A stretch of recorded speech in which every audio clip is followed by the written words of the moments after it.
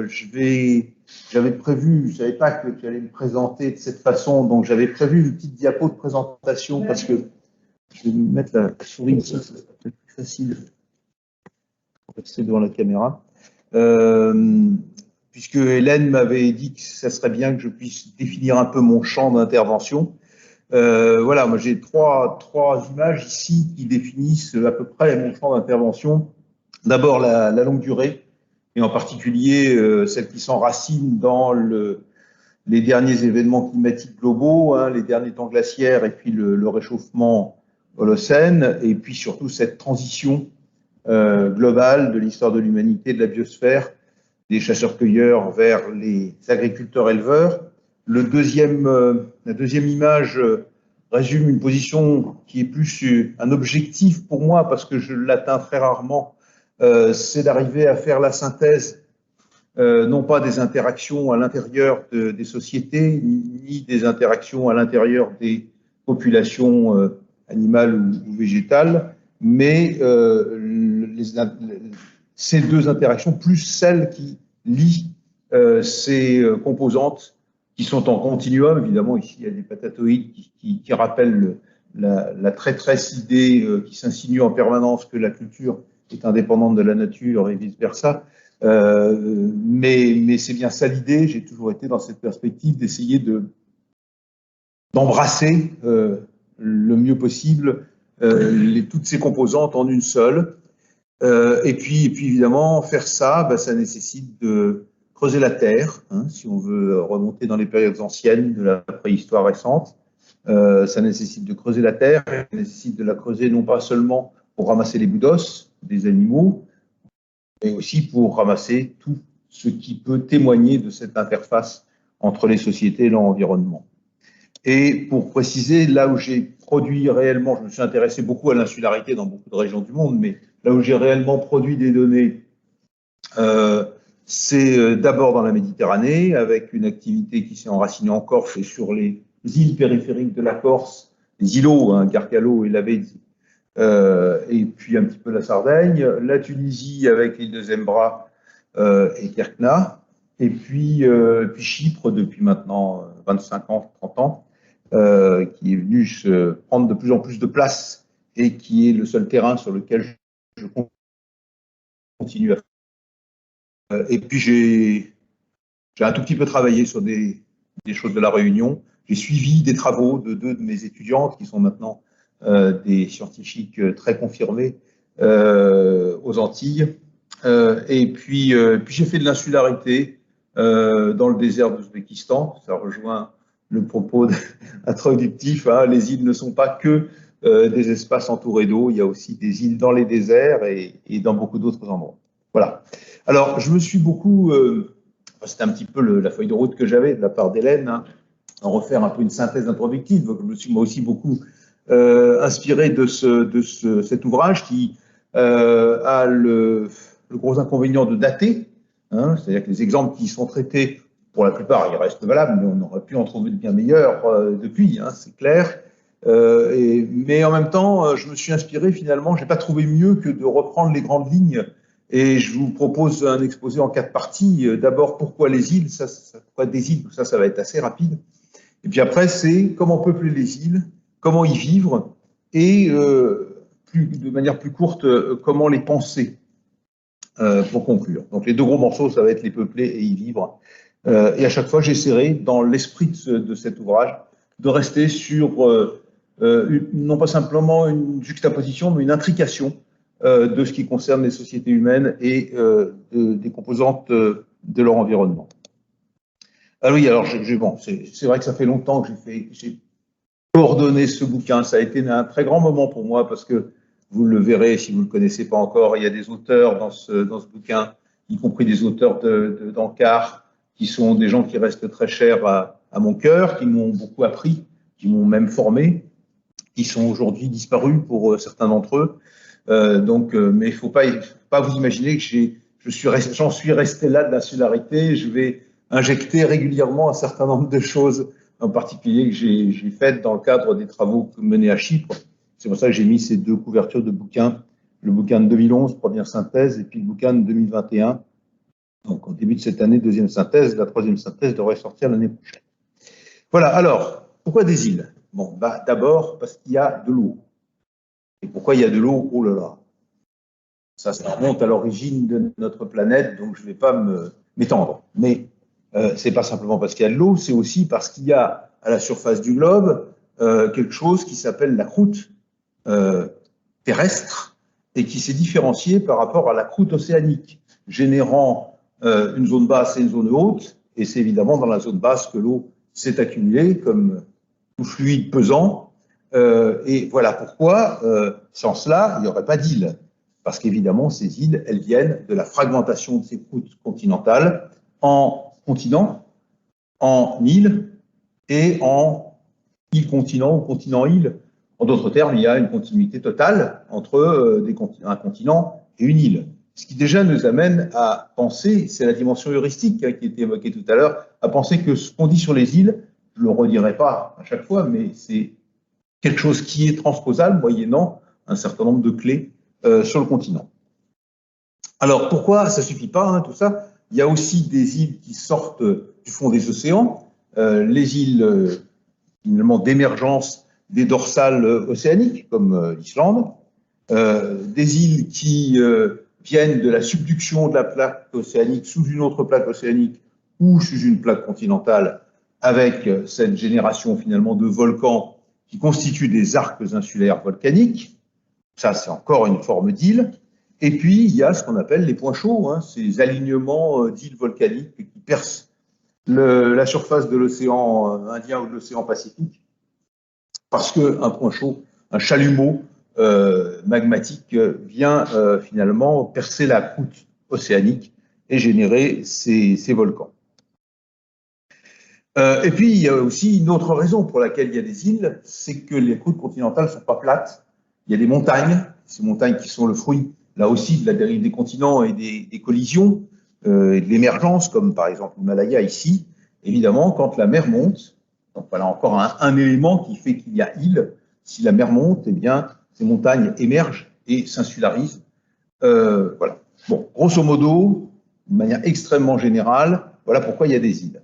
C'était la question d'Hélène. Hein. Donc pour ça, je me suis permis de mettre une diapo là-dessus, qui m'a amusé. Mais en même temps, c'est pas mal de faire cet exercice, même très simple, parce que ça permet de bien deux types d'îles. Ça reste quelque chose d'important. Les îles dites océaniques qui ont surgi du fond des océans et les îles continentales qui sont des morceaux de continents qui se sont déplacés ou qui sont rejoints ou qui se sont trouvés isolés du reste.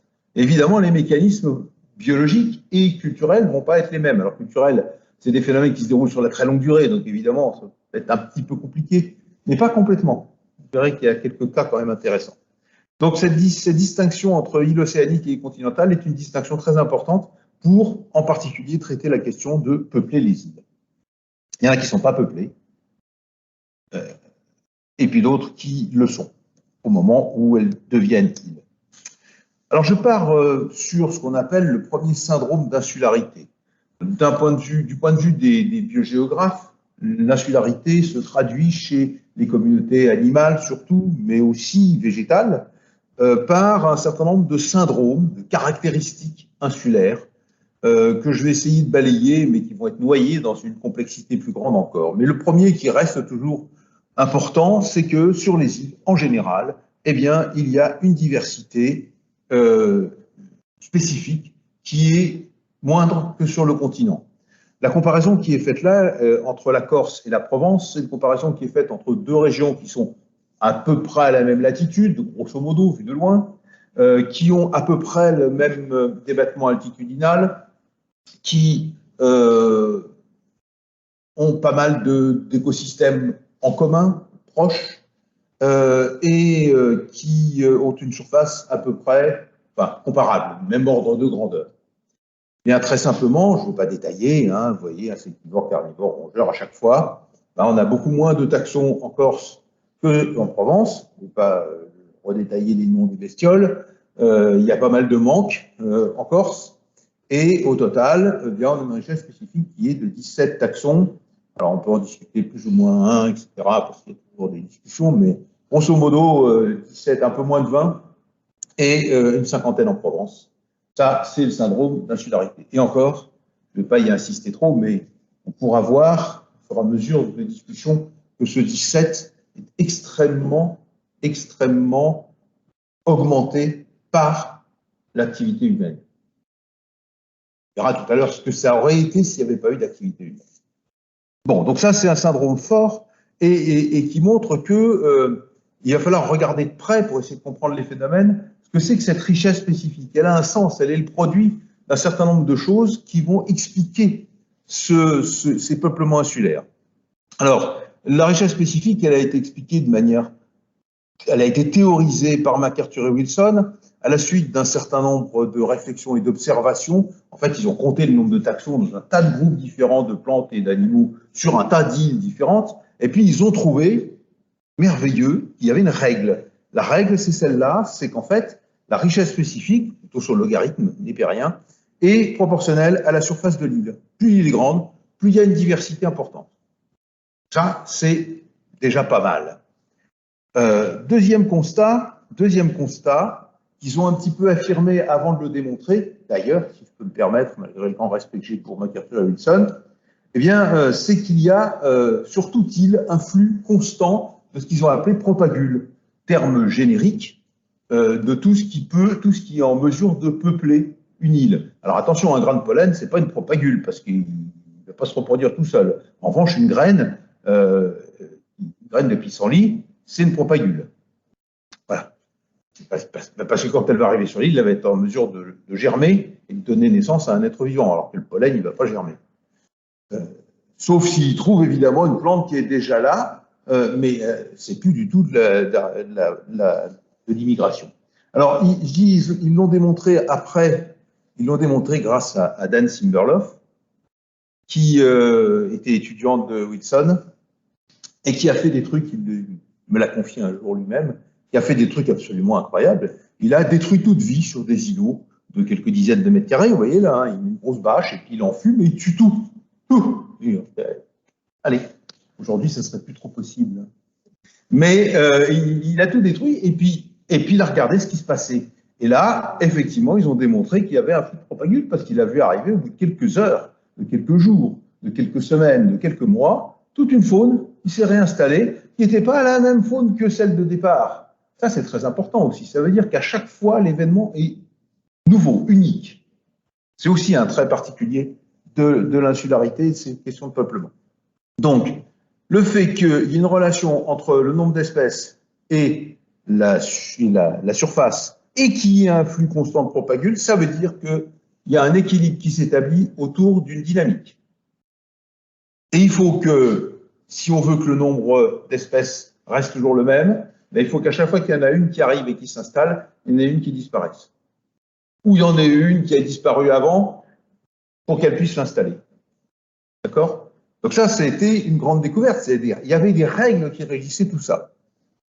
Et donc, ces règles, elles ont été exprimées mathématiquement de cette façon. Hein, le taux d'immigration est une fonction inverse du nombre d'espèces déjà implantées. Plus il y a d'espèces implantées, plus il y aura de difficultés à s'implanter. C'est ça que ça veut dire en termes vernaculaires. Et réciproquement, pour les extinctions, plus il y aura d'espèces nouvelles qui arriveront, plus il y aura de pression pour une extinction. Et ça se traduit sous la forme de ce schéma dans lequel vous avez ici le nombre, c'est le nombre de taxons. Hein. Vous voyez que quand vous êtes sur une île qui est très lointaine et qu'elle est très petite, le point d'équilibre, il va être là, entre immigrations qui sont ici et extinctions qui sont là, c'est-à-dire qu'il y aura un grand risque d'extinction et un petite potentialité d'immigration. Il y aura un petit nombre d'espèces, et puis si l'île est toujours aussi lointaine et qu'elle est beaucoup plus grande, eh bien, vous aurez la traduction du schéma numéro 1, hein, c'est-à-dire qu'il y aura plus de potentialité d'augmenter le taux d'espèces avec une immigration plus grande, etc., etc. Et inversement, si vous pouvez lire aussi cet abac avec juste l'éloignement et la proximité, et donc selon la proximité et l'éloignement, selon la taille de l'île, vous aurez un point d'équilibre qui va s'établir là-dedans et qui va rester le même tout le temps, même si vous avez des espèces qui sont pas les mêmes parce qu'il y a tout le temps un renouvellement. Bon, ça c'est une base théorique. Et c'est une base théorique qui nous fait réfléchir. Parce que, bon, c'est bien gentil le flux de propagules. Il nous a montré ça sur son île en détruisant tout. Mais dans la vérité, ça donne quoi? Alors, je vais vous montrer ce que ça donne à l'échelle de l'ensemble du bassin méditerranéen, à une époque où l'incidence humaine était réputée négligeable.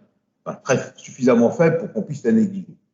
Donc, on est dans un univers où on a gommé le volet culturel, même si ce n'est pas tout à fait le cas.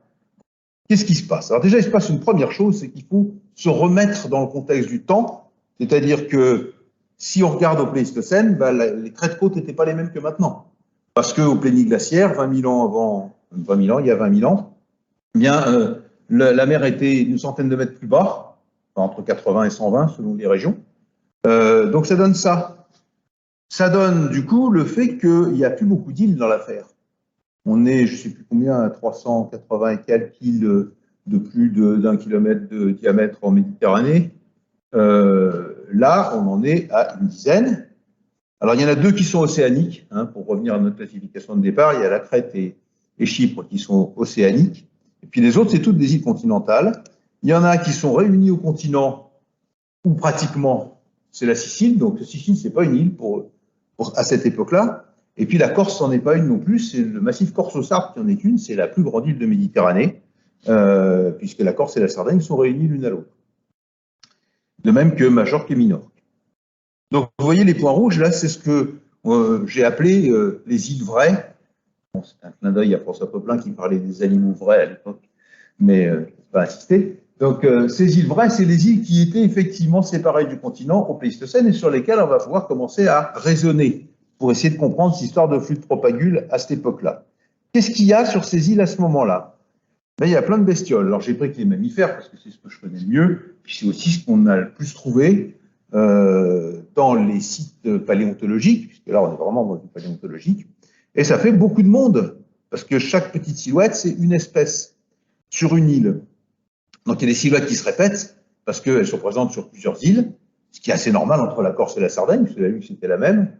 Et puis, il y en a qui se répètent, mais pas tout à fait avec les mêmes têtes. Par exemple, les éléphants de Chypre, les éléphants de Crète et les éléphants, tiens, il manque celui-là, ou de Tylos, en mer Égée, eh ben, ce n'est pas les mêmes éléphants. Il y en a, c'est des mammouths, il y en a, c'est des éléphants, il y en a qui sont grands, il y en a qui sont petits. Chaque fois, c'est une espèce différente. Chaque fois, c'est un événement différent. C'est comme l'histoire de la recolonisation des îlots du Key Island de Simberley.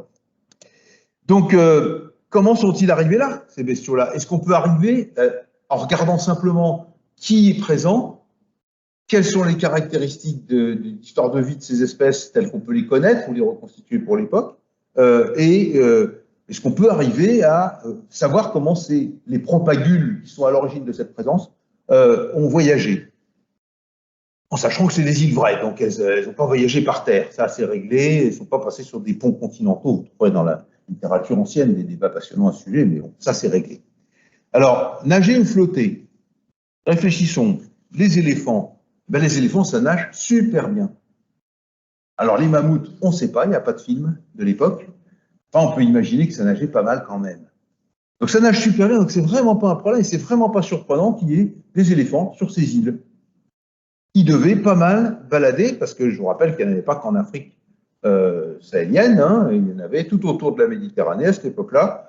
Ben, ils sont passés tranquillement, vraisemblablement à la nage. Ensuite, il y a des hippopotames. Ah ben, vous me direz, oui, c'est pareil, les hippopotames, ça nage super bien. Eh ben non, pas du tout. Les hippopotames, ça nage pas bien du tout, surtout en mer. Les hippopotames, ça marche sur le fond. Ils sont très bons pour marcher sur le fond, et en plus, c'est d'autant meilleur que, comme ils sont assez gras, ils flottent un peu entre deux eaux. Ah, ça, là, ils sont bons pour flotter. Ils ont une particularité, c'est qu'ils ont un hypoderme extrêmement développé qui leur permet de flotter. Et donc, on nage bien quand on est comme ça, c'est quelque chose. Et donc, les hippopotames, bah, la nage, probablement pas, parce que c'est des distances trop grandes pour eux, mais comme ils flottent assez bien et qu'ils fréquentent les bords de mer, il y avait encore, en période historique, des hippopotames qui baladaient sur le littoral du delta du Nil et sur les côtes de la bande de Gaza et sur les côtes jusqu'au Liban. Donc voilà, eux, ils flottent, donc finalement, peut-être sans trop le vouloir, ils se sont trouvés sur les îles. Bon, d'accord. Qu'est-ce qu'il y a d'autre? Il y a des cerfs. Alors c'est pareil, il y a des mégacéros, il y a des cervus, il y a des damas. À chaque fois, c'est une histoire différente, c'est une espèce différente, mais c'est quand même des cervidés qui ont tous un peu les mêmes traits d'histoire de vie. Les cerfs, ça nage super bien aussi. D'ailleurs, on en repêche souvent. Vous voyez les photos du Nice-là. Si vous allez sur Internet, vous allez en trouver plein. Nice matin, etc. Nous avons pêché un cerf qui se débattait dans le filet à 3 km au large. Qu'est-ce qu'il faisait là? Bon, j'ai pas le temps de... Si, il y a des raisons quand même, mais j'ai pas le temps de m'étendre. En tout cas, ça nage bien. Donc là, finalement, on est avec des bestioles qui flottent ou qui nagent, pas de problème. Il y en a d'autres que j'ai pas pris en compte, mais c'est juste pour pas me restreindre aux mammifères. Il y a aussi beaucoup de serpents qui nagent. Il y a une difficile histoire d'ailleurs avec les vipères géantes de Majorque et de Chypre. On ne sait pas trop comment elles sont passées, parce qu'en théorie, les vipères, ça ne nage pas. C'est toute une autre histoire. Mais enfin, il y a des serpents qui peuvent être passés, soit en nageant volontairement jusqu'à une île, soit en nageant et puis en se faisant prendre par des grosses vagues et puis en atterrissant sur l'île. Il y a un effet de hasard dans cette affaire. Il y a autre chose que ça. Il y a aussi des petites bêtes, des musaraignes, vous les voyez les flèches là, des musaraignes, des rongeurs, des loirs, des souris, des mulots, qui sont sur ces îles également et qui ont évolué en milieu clos. Alors eux, comment sont-ils venus? Bien, la solution la plus vraisemblable, parce qu'on l'a observé très rarement, c'est vrai, c'est les épaves flottantes qui, on le sait, peuvent transporter des plantes, des insectes, ça on a un certain nombre d'observations. Des mammifères, c'est plus rare, c'est surtout fréquent dans les milieux quand il y a des fleuves très puissants. Or, il se trouve quand même qu'au Pléistocène, dans les périodes de déglaciation, quand même des fleuves très puissants, ils peuvent entraîner des morceaux entiers de tourbes dans lesquels on peut avoir tout un tas de bestioles, y compris des petits mammifères. Donc c'est ce qu'on imagine. On n'a pas de preuves. Remarque quand même, il faut absolument faire, c'est que si vous avez un peu de culture historique, vous avez sans doute en tête la Méditerranée de Braudel. Braudel a miraculeusement révélé aux historiens et aux anthropologues que la mer pouvait rapprocher plus qu'elle n'éloignait. Il vient dire ça, il vient y avoir des auteurs antiques qui l'ont dit, mais ça a été un de ses points forts, un des points forts de ces démonstrations en particulier sur la Méditerranée, mais c'est une réalité biologique que Braudel n'avait pas forcément en tête, qu'il a reconstituée en la reprenant sur le versant culturel et historique. Mais c'est la vérité. Alors, on a évidemment l'exemple des noix de coco, hein, qui baladent sur des centaines de milliers de kilomètres dans l'océan Indien, dans l'océan Pacifique, et puis qui finissent par arriver sur une plage, par germer et par nous faire ces belles lisières de palmiers dont tout le monde rêve. Hein, on viendra au reste tout à l'heure. Il y a aussi beaucoup d'oiseaux qui sont de bons voiliers. Ici, j'ai pris des colombiformes. C'est plutôt des pigeons visés, mais bon, il peut y avoir beaucoup de voiliers qui, finalement, en cours de migration ou de déplacement, peuvent être pris dans des courants et se retrouver finalement sur un territoire insulaire par hasard. Hein, ça fait plusieurs fois que j'emploie ce mot. Mais il n'y a pas que ça. Il faut aller chercher un peu plus loin.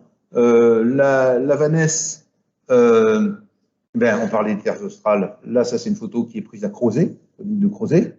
C'est des papillons qui font des migrations de 3000 km, grosso modo. Il y en a qui dévient et puis qui se retrouvent sur une île de terres australes et puis qui implantent une population. Alors que vous en avez dans vos jardins, des vanesses. Hein. C'est les mêmes. Il y a, bien sûr, les chauves-souris, bien entendu. Toujours le même topo, hein, elles ne vont pas se tirer à tire d'aile, on peut le dire, elles ne vont pas faire 3000 km pour aller peupler l'île de la Réunion, mais à la faveur d'une tempête ou d'un événement particulier, peuplement. Et puis, il ne faut pas oublier, bien sûr, les graines, et ça va même plus loin, le ballooning des araignées, hein, avec leurs soies qui leur permettent finalement de s'envoler très très haut dans le ciel. Hein. Il y en a qui sont à plusieurs centaines de mètres, voire milliers de mètres d'altitude, entraînées par les courants ascendants. Elles peuvent se retrouver très très loin, et c'est un moyen de dispersion naturelle de ces espèces. Et il faut aussi penser à tout ce qu'on appelle la zoochorie, hein, c'est-à-dire le transport de graines d'œufs de poisson, d'œufs de grenouille, de tout un tas de choses de ce genre-là, qui sont des vrais propagules, par des propagules primaires. Donc, il y a les propagules primaires, les propagules secondaires. Il y a ce qu'il y a dans l'intestin encore vivant, y compris les micro-organismes, des propagules primaires. Et il y a éventuellement ce qu'il y a comme parasites dans les œufs de poisson que les propagules primaires entraînent sur un nouveau territoire. Vous voyez que ça fait du monde tout ça. Hein. Finalement, c'est peut-être pas si rare que ça qu'il y ait des propagules qui arrivent sur des îles même très éloignées. Et puis, il y en a qui sont carrément adaptés à ça. Hein. C'est-à-dire qu'ils ont généré une diversité inter-insulaire, les crabes des cocotiers, parce que leurs larves, qui sont d'origine marine, hein, leur larve est restée marine, et elles se baladent dans le plancton d'une île à l'autre. Donc finalement, les populations de crabes des cocotiers sont liées les unes aux autres par ces flux de propagules permanents intraspécifiques. Donc vous voyez qu'il y a beaucoup de solutions, et je suis sans doute très loin d'avoir exploré la totalité de cette diversité.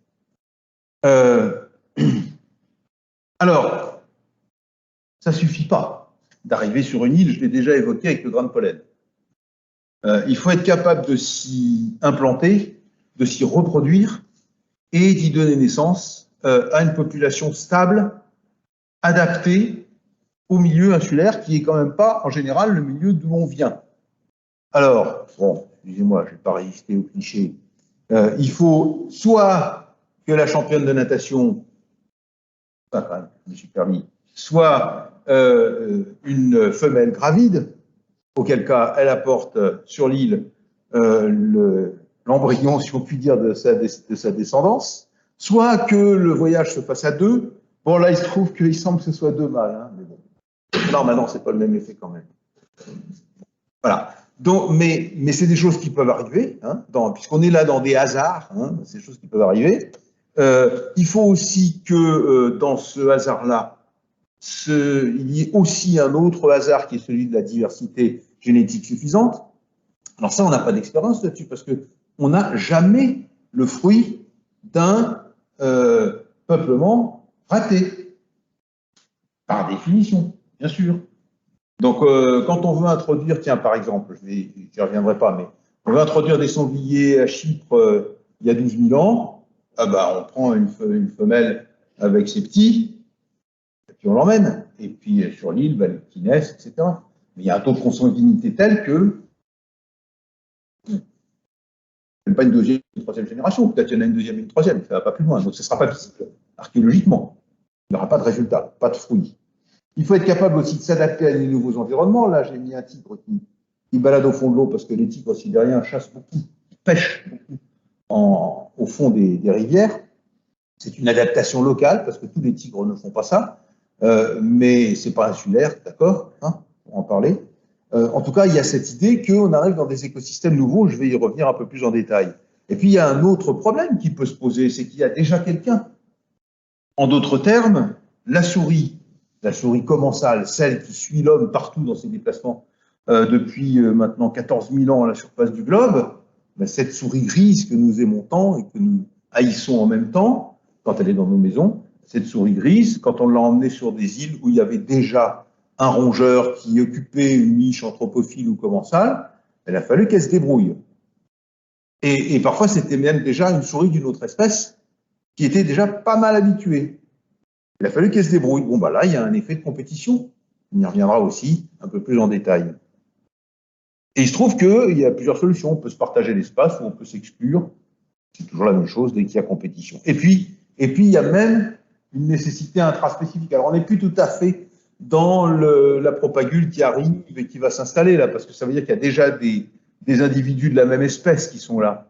Mais je tenais quand même à aller jusque-là, parce qu'il y a une étude que j'adore, qui a été faite sur l'îlot de Piane, en Corse, et ils ont marqué des rats, enfin ils ont mis des émetteurs à des rats, il y avait déjà des rats sur l'îlot, et puis ils ont lâché les nouveaux venus dans l'îlot. Et ils ont radiotraqué. Donc le matin, il n'y avait plus aucun émetteur qui fonctionnait, ils avaient tous été rejetés à la mer. Donc il y avait un système de reconnaissance interindividuelle qui fait que les rats de l'îlot reconnaissaient très bien ceux qui n'étaient pas de leur famille et ils les éradiquaient. Et la seule qui est vécu un peu plus longtemps, je crois que c'est une journée et demie, c'est la femelle, parce qu'elle peut éventuellement servir, et puis finalement, ils ont fini par la tuer. Donc, il y a des systèmes de reconnaissance individuelle qui sont probablement liés à des diversités comportementales, à des diversités génétiques peut-être même, et qui font que c'est pas si simple de s'installer, même quand on a déjà, entre guillemets, des amis sur l'île. Bien. Alors, finalement, c'est beaucoup de difficultés tout ça. Faire la propagule, arriver à s'installer, à s'adapter, à survivre, à se reproduire et à survivre longtemps, en tant que lignée ou espèce, c'est pas simple, ça fait une probabilité très faible. C'est quoi la probabilité de réussir quand on est un mammifère, puisque c'est ça dont je parle? Eh bien, on peut avoir une idée quand on regarde le nombre d'espèces nouvelles qui apparaissent dans les séries stratigraphiques paléontologiques des îles méditerranéennes, justement. Là, ce que je vous ai présenté dans cette carte, c'était le Pléistocène supérieur.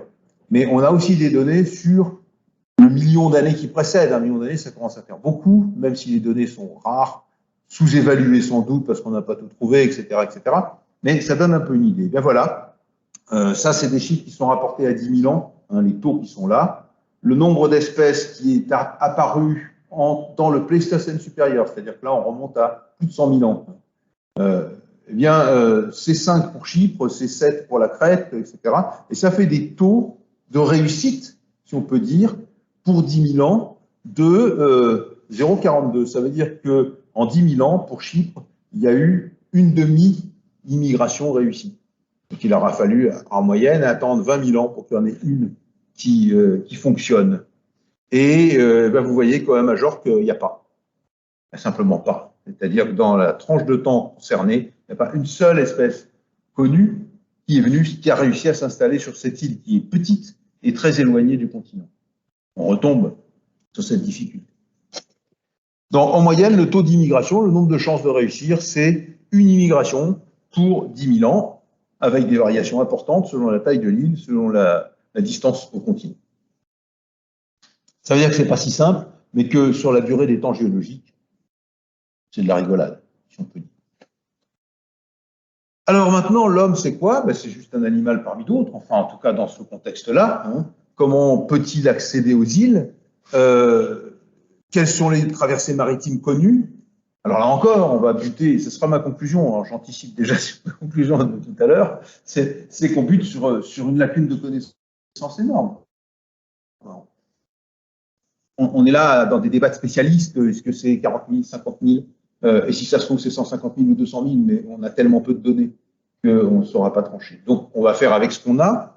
Ce qu'on a, encore une fois, là, si je regarde cette zone de l'Asie du Sud-Est et de l'Australie, ben, ce qu'on a, c'est déjà des données paléogéographiques, même chose que tout à l'heure. Remettons-nous dans un contexte de paléogéographie, des limites de rivage. Bon, ben, là, il y a deux continents. Hein, il y a toute l'Asie, c'est ce qui est ici. Hein, il y a tout ce qui est au nord, et puis l'Australie. Entre les deux, il y a des vraies îles, mais toute la partie nord de l'Indonésie, y compris Java, ont été réunis un certain nombre de fois, et le pithécanthrope de Java, le Homo erectus, j'ai mis 500 000 parce que c'est la date, enfin, il a vécu beaucoup plus longtemps que ça sur cet espace-là, ben, on ne peut pas dire qu'il soit vraiment insulaire. Hein. Alors, en tout cas, on n'a aucune preuve qu'il ait traversé un quelconque bras de mer.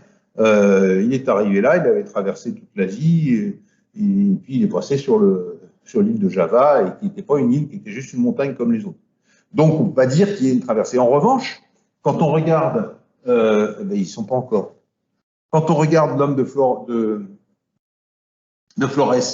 ou l'homme récemment décrit des Philippines, de Luzon, eh bien, on a des dates entre 100 000 et 60 000, c'est des dates révisées récemment, celle-là, pour Flores. Et 67-50, c'est le peu qu'on en sait pour l'instant, puisque vous savez qu'on a trouvé très peu de restes de cet homme de Luzon, même si c'est une découverte fantastique. Eh bien, ceux-là, ils sont sur des îles vraies, c'est-à-dire qu'il y a un moment, il a probablement fallu qu'ils traversent un bras de mer. Comment ils l'ont fait, on ne sait pas, mais on a des dates. Elles sont anciennes. Et puis alors l'Australie, vous les voyez les dates là, puisque j'ai pris une carte sur laquelle il y a un certain nombre de dates, de sites qui sont datés avec des traces humaine. On est quand même maintenant, enfin la communauté est à peu près d'accord sur le fait que l'Homo sapiens, parce que c'est pas la même lignée que les autres, il a été question avant, hein, c'est probablement pas, en tout cas pour l'homme de forêt, c'est probablement pas un sapiens. Eh bien, l'Homo sapiens, notre espèce, elle est passée peut-être par un autre trajet, mais il a fallu qu'elle traverse quand même des bras de mer, assez sérieux même.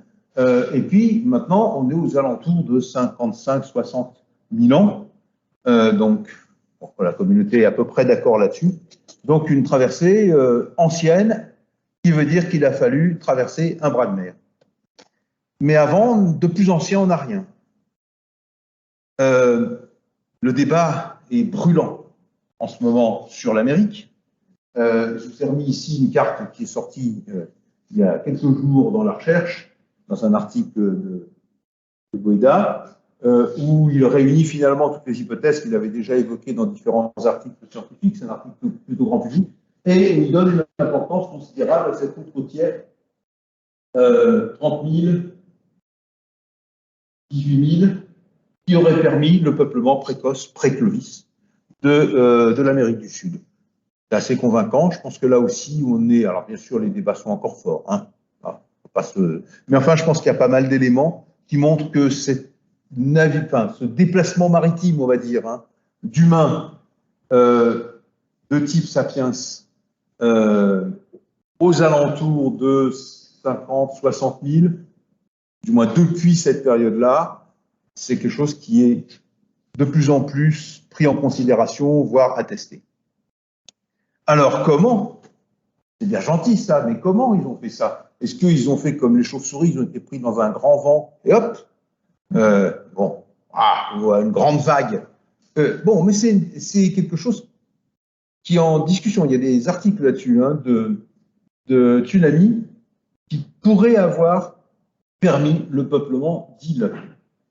Il y a beaucoup plus de tsunamis qu'on ne le pense, des tsunamis qui ne sont pas très forts et qui ne sont donc pas létaux pour les bêtes et les plantes qu'ils transportent, et donc ils peuvent avoir joué un rôle. C'est quelque chose qu'il faut explorer. Mais il y a aussi évidemment la possibilité de nager. Il y a beaucoup de bêtes qui nagent, les primates ne sont pas à part.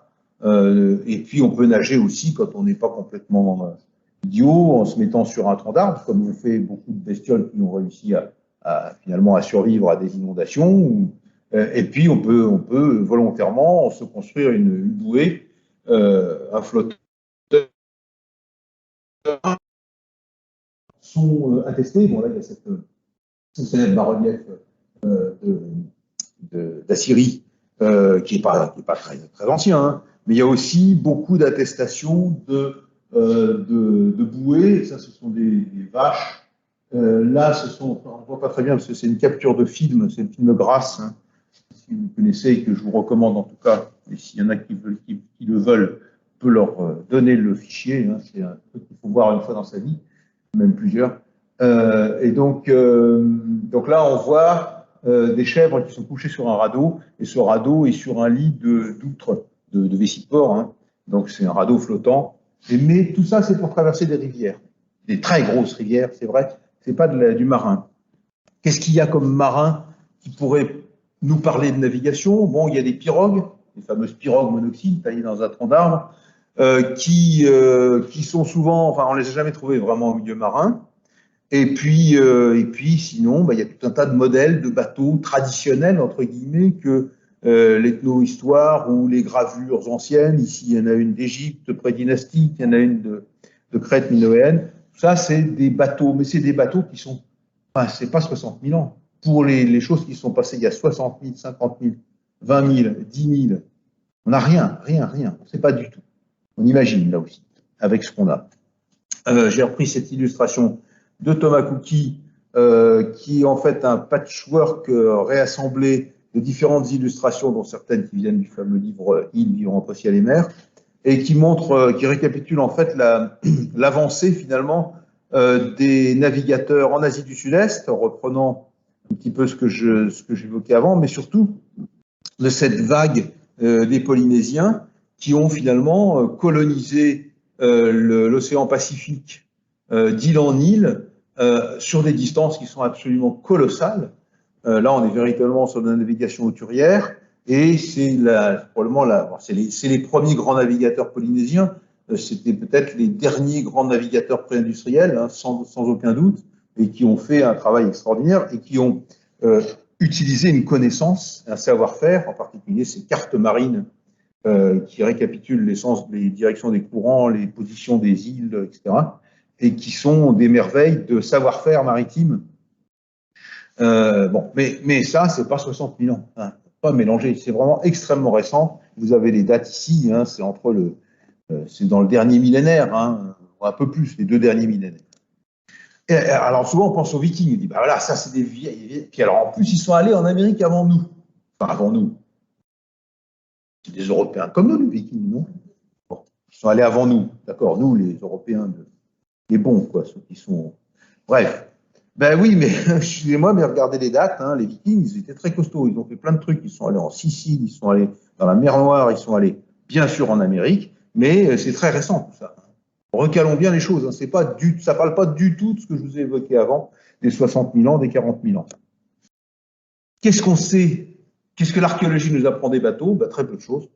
À ma connaissance, pour nos régions, mais je crois que c'est même pour le monde, les plus vieilles embarcations connues, ce sont ces barques, grandes barques, en planche, qui sont faites avec des outils de pierre, puisqu'il n'y avait pas encore de métal à l'époque, qui sont prédynastiques, qui datent du 5e millénaire avant notre ère, qui ont été trouvées sur les bords de la mer Rouge en Égypte, et qui sont faites avec des planches délinées, c'est-à-dire qu'on utilise des outils en pierre pour suivre le sens des lignes du bois, et on fabrique des planches qui ont des bords comme ça. Et puis après, il faut trouver la planche qui va avoir juste le bord comme il faut, comme ça, raboter un peu et les jointoyer.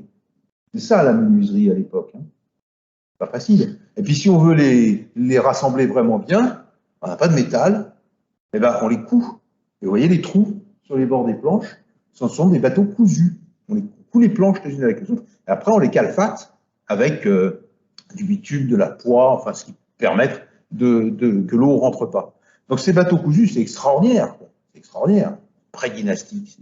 C'est les néolithiques qui ont fait ça, c'est les plus vieux bateaux. Mais d'abord, ils sont sur la mer Rouge, ils ne sont pas en Méditerranée, une mer un peu plus parfois. Et puis après, les premières épaves, ben, il faut remonter à 1500 avant notre ère, avec la plus ancienne épave connue en Méditerranée, mais je pense dans le monde, qui est l'épave de Loup-Gouroun, bronze final, 14e siècle avant Jésus-Christ, qui est une épave qui transporte des lingots, qui est un bateau, vous savez ça. Constitution, hein, déjà moderne, quoi. Tout est consommé, là, l'architecture navale, elle a déjà abouti, il y a sans doute beaucoup d'améliorations encore hein, qui doivent être faites, mais bon, voilà, c'est pas un radeau, c'est pas des outres. Hein. Donc on a une très grande lacune entre les deux, et cette lacune, elle pourrait être éventuellement compensée dans la même aire géographique, la Méditerranée, par un examen des dates de première arrivée humaine connues, toujours, sur les îles vraies. Alors là, j'ai mis des chiffres en rouge et des chiffres en noir. Les chiffres en rouge, c'est la première attestation humaine, et les chiffres en noir, c'est le premier néolithique. Alors, si je suis le premier néolithique, 1800, 9500, 7600, 4300, c'est la courbe qui est ici. Ah ben, je l'ai mise en rouge, c'est pas mal, je vais inverser les couleurs, peu importe. Eh bien, c'est effectivement l'avancée du néolithique à travers toute la Méditerranée. Les îles se comportent comme le reste, hein, comme des continents. Le néolithique les touche en même temps qu'il touche les continents. En revanche, il y a des gens qui étaient là avant les néolithiques, puisque vous voyez, là, par exemple, 2000 ans, pendant 2000 ans, il y a des gars qui étaient là, qui étaient des chasseurs-cueilleurs. Donc il y a des chasseurs-cueilleurs qui se sont baladés sur ces îles avant, mais pas très anciennement, c'est pas 60 000. Bon, alors il y a une discussion actuellement en Crète. Je ne crois pas trop, mais enfin, périodiquement, il y a des discussions. Genre, oh, on a des trucs à 100 000, etc. Bon, en tout cas, on a assurément des chasseurs-cueilleurs qui sont baladés, mais tout ça, une fois de plus, est très antérieur à nos barques cousues ou à notre épave de Loup-Gouroun. Donc on ne sait pas, on ne sait pas autrement que par des preuves indirectes, à savoir, tiens, les gens sont arrivés, ils devaient savoir naviguer. Ils ne sont pas passés avec des outres en nageant comme ça sur 70 km pour traverser la Turquie à Chypre, un peu vraisemblable. Donc ils devaient avoir des bateaux. Bon, je ne m'y étendrai pas parce que j'en ai déjà parlé il y a 4 ans, 5 ans, quand on avait fait le séminaire. Je ne vais pas revenir sur les bateaux, l'architecture navale, etc. C'est un autre sujet. Ce qui m'intéresse surtout, c'est de faire la bascule permanente entre l'homme et les autres animaux, entre le culturel et le naturel, entre guillemets. Et là, c'est un peu ce que je vais faire à culbuto, parce qu'en fait, ces gens qui sont passés, ils ont amené des animaux avec nous. Ah tiens, oui, on n'avait pas pensé, l'anthropochorie, comment des animaux peuvent passer sur les îles. Bah, d'abord, massivement, parce que l'homme les introduit. Ça, c'est l'histoire de la Corse, ça commence à dater, ça aussi, hein, ça date de ma thèse, donc un peu vieux. L'histoire de la Corse avec le tardiglaciaire de l'Holocène, les animaux endémiques locaux, c'est ce dont j'ai parlé tout à l'heure, le cerf, l'hippopotame, il n'y en a pas en Corse, mais enfin bref, les bestioles qui étaient là au Pléistocène, qui s'éteignent, j'insiste pas là-dessus. Après, vous avez les hommes du Mésolithique, là, ceux dont on vient de voir qu'ils étaient arrivés avant le Néolithique, ils sont là, ils font pas grand-chose parce que il n'y a rien qui s'éteint, il n'y a rien qui arrive. Et puis, tac, à partir du Néolithique, allez, ça y va. Le mouton, bah oui, ils apportent leur mouton. Mais le mouflon, bah oui, les mouflons, c'est des moutons qui s'échappent, donc ils y sont aussi. Les chèvres, même topo, etc. Et puis le renard, tiens, ils ont apporté des renards, puis des hérissons, puis des mulots, et allez, et allez, et allez. Puis ça n'a pas arrêté, et ça continue, parce qu'on pourrait, là, il faudrait que je le remette à jour, je rajoute 20 ans, et hop, on en aurait d'autres. Donc, toutes ces bêtes-là, elles ont été introduites par l'homme, volontairement. Ah oui, les animaux domestiques, parce qu'ils se sont marronnés à partir d'animaux domestiques, ou parce qu'on a voulu avoir des animaux de chasse, de la fourrure, le renard, ou parce que le hérisson, c'était une bestiole dont on avait besoin pour faire tel ou tel ou tel ou tel rituel funéraire, comme on le sait sur le continent. Donc, allez, on les a emmenés là-bas parce qu'ils n'y étaient pas, ou parce qu'on n'a pas fait attention, on a mis des souris dans les bateaux. Pour résumer. Donc, ça veut dire qu'il y a différentes formes d'anthropochorie qui vont venir complètement perturber le système McArthur-Wilson. C'est-à-dire que quand je vous disais tout à l'heure les 17 espèces que je l'ai comptées pour la Corse, en réalité, vous avez vu, si je reviens un tout petit peu en arrière, dans le tableau du nombre de chances, alors il est plus loin. Non. Il est passé ou quoi? Ah, oui, c'est ça. Voilà. La vérité pour la Corse, hop, ah, quand on touche l'écran, il bouge. Ah, c'est un traître. Allez, voilà. La vérité, je ne touche pas, c'est 6. McArthur et Wilson, il nous est illustré par ce qui se passe au Pléistocène dans un contexte où il n'y a pas d'humains, ou très peu, et il y a 6 espèces qui peuplent la Corse. Alors qu'elle est 3 fois, 4 fois plus grande, puisque c'est une Corse aux Sardaigne. Vous voyez? Il fallait s'attendre, s'il y avait une Corse toute seule, à en avoir 3, 4. D'ailleurs, vous voyez, hein, ah non, ça, c'est pas les effectifs. Les 6, de toute façon, c'est 6. C'est 3-4 espèces hein, qu'il y avait sur ces grandes îles. Bon, donc là, on en était à 17, donc ça veut dire qu'il y a un truc qui s'est passé. Le truc qui s'est passé, c'est l'anthropochorie qui a augmenté considérablement le flux de propagules. Donc McArthur et Wilson, ils n'avaient pas tenu compte de cette anthropochorie qui a été découverte par Gilles Chélan, qui d'ailleurs a fait un article là-dessus, sans conclure, parce qu'il n'avait pas compris ce qu'il avait trouvé. Mais enfin, il disait, il y a un truc qui ne va pas là, McArthur et Wilson, ça ne marche pas. Et ben, c'est simplement parce que quand on augmente la pression, le flux de propagules, ben c'est comme si on rapprochait l'île du continent. Et un article qui a été publié très peu de temps après par Tony Alcover s'appelait Bringing the Island Nearer. C'est ça. L'intervention anthropique, finalement, rapproche l'île, augmente le flux de propagules. Donc, McArthur et Wilson avaient raison, sauf qu'ils n'avaient pas fait le lien entre culturel et, enfin, entre anthropique et pas anthropique. Bon. Alors, cette histoire de, j'ai dit que j'allais faire 2 fois le culbuto, cette histoire d'anthropochorie, on la retrouve partout sur toutes les îles méditerranéennes. Le dessin de la Corse, vous l'avez vu, ben c'est le même à Chypre, c'est le même en Crète, c'est le même en Sardaigne, c'est le même à Majorque. Quand vous regardez dans le détail, c'est pas les mêmes espèces, c'est pas les mêmes dates, c'est pas le même nombre, etc. Mais c'est le même principe. Et du coup, ça veut dire que, en contrepartie, cette anthropochorie, elle va nous apprendre comment l'homme naviguait. On a dit qu'on ne le savait pas. Mais bon sang de bonsoir, s'ils ont introduit des bovins d'une tonne à Chypre il y a 10 000 ans, il fallait bien qu'ils aient les bateaux pour le faire. S'ils ont introduit par mégarde, à moins qu'ils n'aient pas fait par mégarde, s'ils ont introduit par mégarde des souris, Il fallait bien que les souris puissent se cacher quelque part sur les bateaux. Donc, ce n'était pas des pirogues monoxydes. Alors, on nous dit pas, ça ne nous dessine pas le bateau de l'époque, hein, même si je me suis permis quand même de le dessiner ici. J'aime bien, je suis facétieux. Mais ça nous donne un cahier des charges qui nous permet de dire les bateaux, ils étaient nécessairement comme ci, comme ça. Les gars, ils mettaient nécessairement tant d'heures pour traverser, ou alors il fallait qu'ils aient une voile. Il fallait qu'ils puissent mettre leur bateau en cale en arrivant. Il fallait qu'ils aient une pratique des amers. Il fallait qu'ils puissent naviguer la nuit. Donc, ils aient une pratique des étoiles. Donc, un savoir maritime qui est complètement absent de la documentation archéologique, mais qu'on peut inférer à partir de ces histoires d'introduction d'animaux. C'est ce que Frédéric, gentiment, sur quoi elle insistait, parce que c'était un peu ma spécialité pour l'instant. Là, je ne vais pas en parler plus que ça, mais je voulais quand même que ça apparaisse. Et ce qui est rigolo, c'est quand on commence à regarder ensemble l'insularité biologique et l'insularité culturelle, vous voyez qu'on fait le culbuto en permanence, on enrichit notre compréhension du système en s'appuyant sur l'un puis sur l'autre. C'est ça que je voulais montrer avec ce chien qui se mord la queue. Ah oui, vous n'aviez pas compris ce qu'il faisait là. Alors, vivre sur les îles. Faut que j'accélère? Bon, alors vivre sur les îles, bon, ça va être rapide. Alors d'abord, ce qui est extraordinaire, c'est que c'est pour ça que ça va aller vite, hein, parce qu'on ne comprend pas, quoi. C'est tellement divers et tellement compliqué de vivre sur les îles que on est vraiment, j'ai intitulé l'intervention diversité, on est vraiment dans la diversité permanente. Chaque cas est un cas particulier. Alors, j'essaie quand même de systématiser un tout petit peu. D'abord, l'effet de fondation. Il y a 3 points importants. L'effet de fondation, c'est que la population qui va arriver sur l'île, ou les individus, les propagules, c'est un sous-échantillonnage de la diversité comportementale, biologique, génétique, etc., de la population de départ. Donc, sous échantillon, on risque de tomber sur le seul animal qui a des taches blanches. Ben, c'est celui-là qui va coloniser, le hasard. Prof, et ils auront tous des taches blanches sur l'île.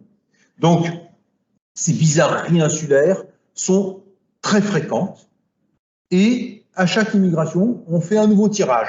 Donc, un coup, on va avoir un mammouth, un coup, on va avoir un éléphant, et c'est tout ce que j'ai expliqué auparavant. Hein. Voilà, le résultat, c'est ça. Il y a un autre problème, c'est que cet effet de fondation, il va amener une diversité génétique réduite, on l'a déjà dit. Donc un risque, en plus d'homozygosie, hein, de fécondation entre consanguins, et du coup un risque d'extinction, Mais alors, dans d'autres cas, par hasard, l'assemblage va faire que, au lieu d'emmener vers un risque d'extinction, eh bien ça aille vers une diversification. Parce qu'il va y avoir diversité, parce qu'il va y avoir suffisamment d'individus, parce qu'il va y avoir suffisamment de diversité écologique au sein du territoire d'accueil, ou pas de compétition, etc., eh bien alors du coup, on va avoir tout un tas de lignées qui vont se différencier très vite, c'est les pinsons de Darwin. Alors très vite, c'est quelques dizaines de milliers ou centaines de milliers d'années, hein, c'est quand même des échelles de temps assez grandes, mais ça peut être très rapide. Les cochons, par exemple, les sangliers qui arrivent sur une île, en un siècle, la différenciation se fait. On a des exemples observés sur des îles japonaises. Ça, c'est une première chose. Deuxième chose, l'effet de fondation, il peut aussi générer, au contraire, une grande diversité. Par exemple, vous regardez la carte de diversité génétique, je n'ai pas réussi à la retrouver, de l'olivier dans toute la Méditerranée, Chypre, il y a un point gros comme ça, puis tous les autres, c'est des rikiki à côté. La diversité génétique des oliviers à Chypre est énorme. La première fois que j'ai ouvert cet article, j'ai dit « Waouh, génial, l'olivier est originaire de Chypre ». J'ai écrit à l'auteur, il m'a dit « Mais non, t'as rien compris ». L'olivier à Chypre, il reçoit des noyaux d'olive qui sont dans le ventre des oiseaux, de Turquie, de Syrie, du Liban, d'Israël, d'Égypte. Et du coup, il y a une diversité parce que c'est venu de partout. Ça, c'est intéressant aussi, hein. C'est ce que j'appelle la créolité biologique des îles, hein, d'une certaine manière. C'est cette diversité d'apports qui va composer une population insulaire complètement originale, avec une diversité plus grande que celle des continents qui sont autour. Alors qu'on pense toujours que c'est plus petit. Ça existe aussi, ça. Deuxième point important, après l'effet de fondation, eh bien, la réduction de l'espace. Ah oui, ça c'est un problème. Il n'y a pas de grands prédateurs sur les îles, enfin sur des îles de taille raisonnable. Je ne parle pas des îles continents, bien sûr. Mais il n'y a pas de grands prédateurs, parce qu'un grand prédateur, ça a besoin de milliers d'hectares. Les ours, des loups, tout comme ça, sur les îles méditerranéennes en particulier, il n'y en a pas. Quoi. Il n'y en a pas, simplement pas. Et alors, donc l'espace, ça va contraindre le vivre sur l'île. Donc, diversité réduite d'écosystèmes, diversité réduite d'aliments, diversité réduite de ressources, etc. Donc, un risque d'extinction. Et ce risque d'extinction, il est pallié par hasard quand le taxon qui arrive est capable de devenir petit.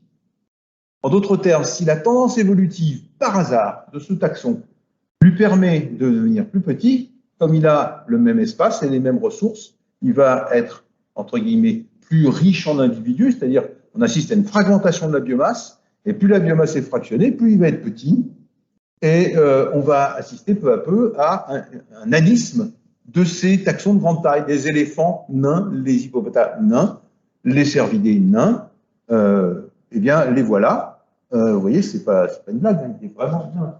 Alors celui-là, on ne voit pas parce qu'il n'a pas de copain à côté, mais il est haut comme ça, quoi, le petit hippo là de Chypre. Donc voilà, et ça c'est génial. Mais alors, il y a aussi la possibilité que s'ils arrivent sur une île où il y a beaucoup de niches qui sont libres, eh bien, ils vont élargir, et si leur trait d'histoire de vie leur permet de le faire, ils vont élargir leur niche et coloniser toute l'île. Et du coup, mettre en œuvre une diversification espace par espace, éventuellement. Donc, il y a aussi cette possibilité. Et en colonisant toute l'île, ils vont verrouiller les autres introductions. On retombe sur un phénomène qu'on a vu tout à l'heure, hein, cette compétition interspécifique. Quand on arrive, il faut que la niche soit libre. S'il y a déjà un copain qui la tient, il va falloir qu'on se batte et on ne va pas forcément gagner. Et le résultat des courses, c'est quand on regarde cette carte de Méditerranée, vous avez deux espèces, la Crocidura ruchea, la Crocidura à dents rouges et la Crocidura à dents blanches. Ce n'est pas la couleur des dents qui joue. Hein.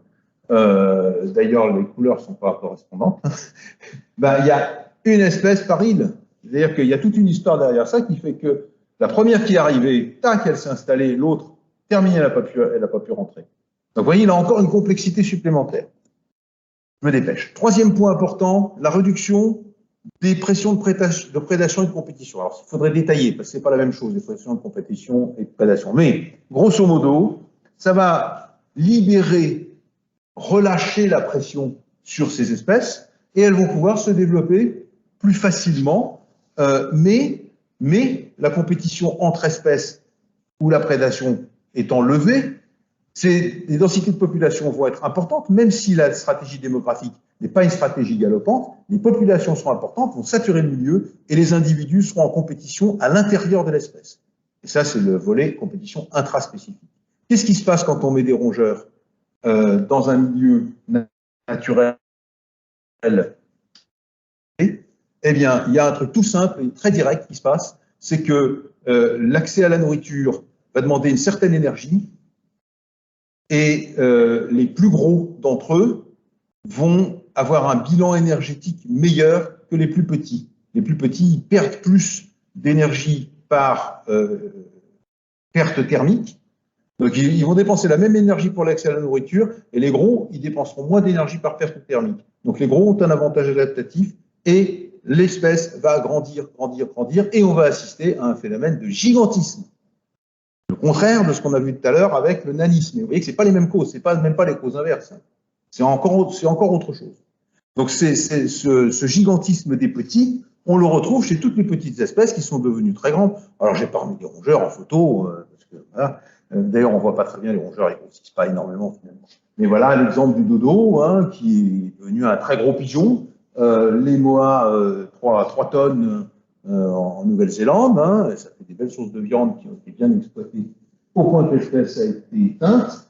Les tortues géantes de l'île Rodrigue, avec amusant, on a mis des petites tortues terrestres d'Europe à côté. Le varan des Komodos, bon, ça c'est du gigantisme extrême. Il y a aussi autre chose qui se passe, c'est que la pression de prédation diminuant, il n'y a plus besoin de voler, il n'y a plus besoin de courir, il n'y a plus besoin de se sauver, et du coup, ben, on peut perdre toute aptitude au vol, le dodo, le moa, et puis perdre toute aptitude à la course, et j'aurai pas le temps parce que je vais sauter la diapo, mais perdre toute aptitude à se défendre contre un prédateur, ce qui fait que quand l'homme arrive, vous pouvez imaginer ce qui va se passer. Donc, si je résume ces 3 points, attendez, je suis revenu en arrière. Là. Si en plus je reviens en arrière, là, Frédéric ne va pas me pardonner. Donc, Donc, deux points qui résument finalement tout ça. C'est d'abord, finalement, des changements de trajectoire évolutive dans des sens qui sont très souvent imprédictibles, parce que la complexité est telle qu'on peut difficilement le modéliser. Et donc, finalement, il y a une espèce d'endémisme inéluctable. Cette modification de trajectoire, elle va produire des formes biologiques qui n'existent nulle part ailleurs. Et en plus, je l'ai répété, j'y insiste pas plus, mais chaque île est un cas particulier, avec une diversité biologique extrême et propre, liée à son histoire, à sa physiologie écologique et au hasard des assemblages génétiques qui vont parvenir sur l'île. Et du coup, j'y reviendrai tout à fait à la fin si j'en prends un peu le temps, ça génère une fragilité énorme au changement climatique et aux interventions humaines. Parce que c'est très spécifique, très adapté.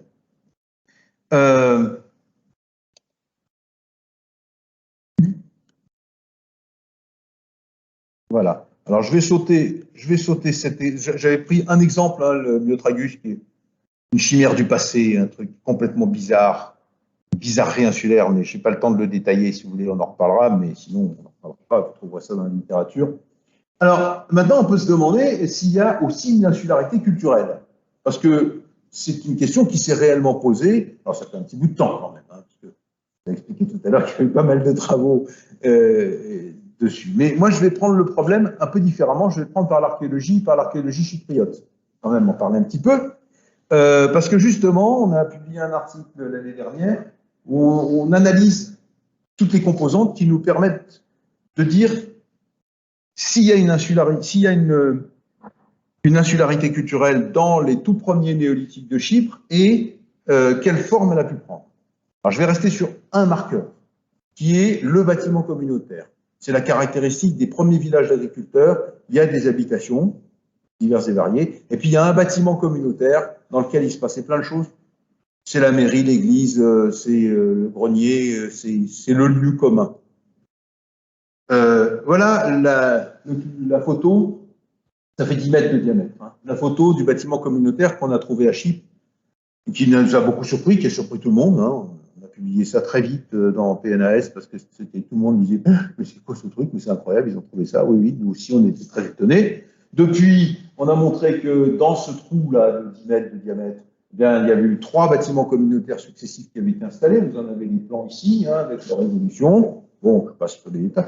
Ça, c'est sorti, c'est pas encore publié, donc je vous prierai de ne pas le diffuser. Ça a été finalisé il y a 3 jours, puisqu'on en sur la publication finale. Voilà comment on imagine le bâtiment communautaire, et il ressemble considérablement à des bâtiments communautaires qu'on connaît sur le continent, dans la vallée de l'Euphrate, c'est nous qui a fait l'armar ici, c'est l'Euphrate qui le font, en Jordanie, en Syrie du Nord, bon, etc., etc. Donc c'est la même chose, et il n'y a pas plus de différence entre celui-ci et celui-là que entre celui-là et celui-là. D'ailleurs, Chypre, c'est la même chose que sur le continent. Si on regarde que ce marqueur culturel, c'est la même chose. Alors, ce qui se passait dedans, on ne sait pas. Hein, il peut y avoir des différences. Mais à l'échelle où l'archéologie peut le voir, on en est là. Et puis, on pourrait faire le même raisonnement avec les pointes de flèches en silex, les redresseurs de flèches, les cuff marks, c'est des grosses meules, c'est gros comme ça pèse 50 kg. Les pans de blocs en pierre verte, etc. C'est les mêmes. C'est pas exactement les mêmes, mais c'est l'impression d'une transposition. On aurait trouvé ça à 50 km de la vallée de l'Euphrate, on aurait dit oui, d'accord, bon, c'est un peu différent. Donc là, il n'y a pas de marqueur vraiment d'insularité culturelle dans un bâtiment communautaire qui reflète quand même tout un tas d'activités sociales importantes et ni dans la culture matérielle. Et elle est où la différence? Elle est, je résume ici avec ce schéma, elle est dans le rouge, la partie rouge, c'est-à-dire la diversité de nourriture. En fait, ces gens-là, ils ont à leur disposition une seule espèce de grand mammifère, alors que sur le continent, ils en chassent une dizaine.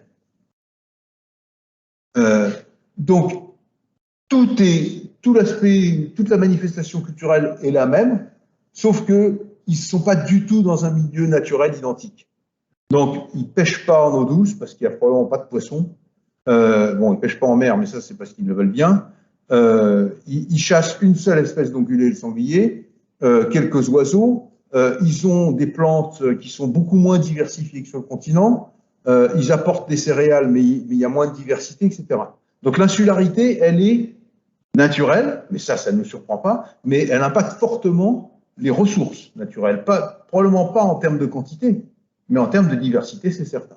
Donc en fait, pour résumer et faire vite, on a l'impression qu'au début, au moment où les premiers néolithiques arrivent à Chypre, ils importent tout le modèle, et puis la culture matérielle qui va avec, et ça n'est que 2000 ans plus tard, alors c'est la remontée ici, 2000 ans plus tard, on commence à voir des trucs bizarres. Sur le continent, les gens font de la céramique, à Chypre, ils ne veulent pas en faire. Sur le continent, ils font des maisons quadrangulaires, à Chypre, ils continuent à faire des maisons rondes. Sur le continent, ils ont des bovins, à Chypre, ils n'en ont pas. Là, il y a une espèce de particularisme qu'on peut qualifier de culturel, économique, sociétal, bon, qui s'installe et qui est assez visible. Mais en même temps, et c'est ce qu'on discute dans l'article, c'est une période où partout le régionalisme s'affirme. En d'autres termes, on trouve aussi sur le continent des lieux où, tiens, ils n'ont pas de bovins, tiens, ils n'ont pas fait de céramique là. Donc on n'a pas la preuve absolue qu'il y ait vraiment une différence importante. Alors ça veut dire qu'il y a des flux, non pas de propagule, mais de navigation entre le continent et l'île. Alors là, ça y va, hein, ça, on n'a plus aucun doute là-dessus. Mais le creuset insulaire reste le creuset insulaire avec sa faible diversité de ressources. Et pourtant, on est dans une certaine continuité. Donc, j'ai l'air de répondre à la question, y a-t-il une insularité culturelle? Je donne l'impression de répondre, non, il n'y en a pas. Et dans ce qu'on voit là, c'est pour ça qu'on a fait un papier quand même assez argumenté pour dire on n'en voit vraiment pas beaucoup. Hein, bon. Alors, il ne faut pas non plus généraliser tout. Il y a un autre point qui est important, c'est d'où viennent les ressources, parce que les gens, ils ont introduit des ressources. Ils ont commencé par introduire du sanglier parce qu'il n'y avait rien à chasser. 10 500. Ce sanglier, maintenant, on sait d'où il venait. On a des marqueurs morphométriques. Ça a été publié cette année aussi. Il vient d'Anatolie. Ensuite, à 9000, il y a de la souris et de l'obsidienne. Eux aussi viennent de ce coin-là. Puis à 8500, ah tiens, on commence à voir des chèvres, des bovins et des souris qui sont introduites, mais qui viennent plus tout à fait du même endroit, ils viennent plutôt de Damascène, hein, hauteur de Damas.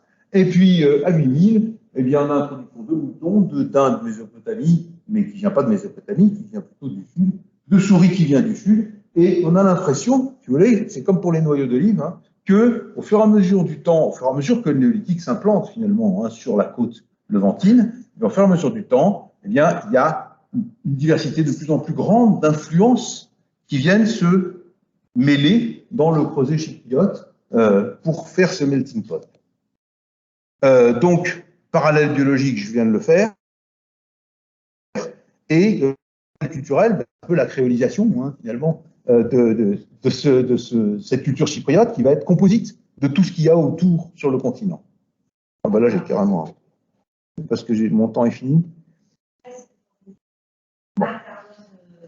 Alors, je vais sauter ça. Je vais sauter des choses.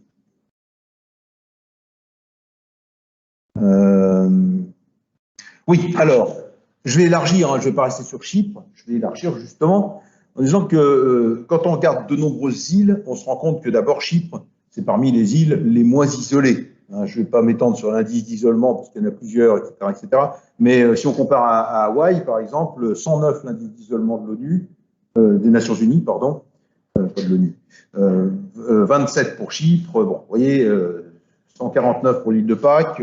Donc, Chypre n'est pas représentatif. Hein, c'est un exemple parmi d'autres dans un contexte méditerranéen particulier.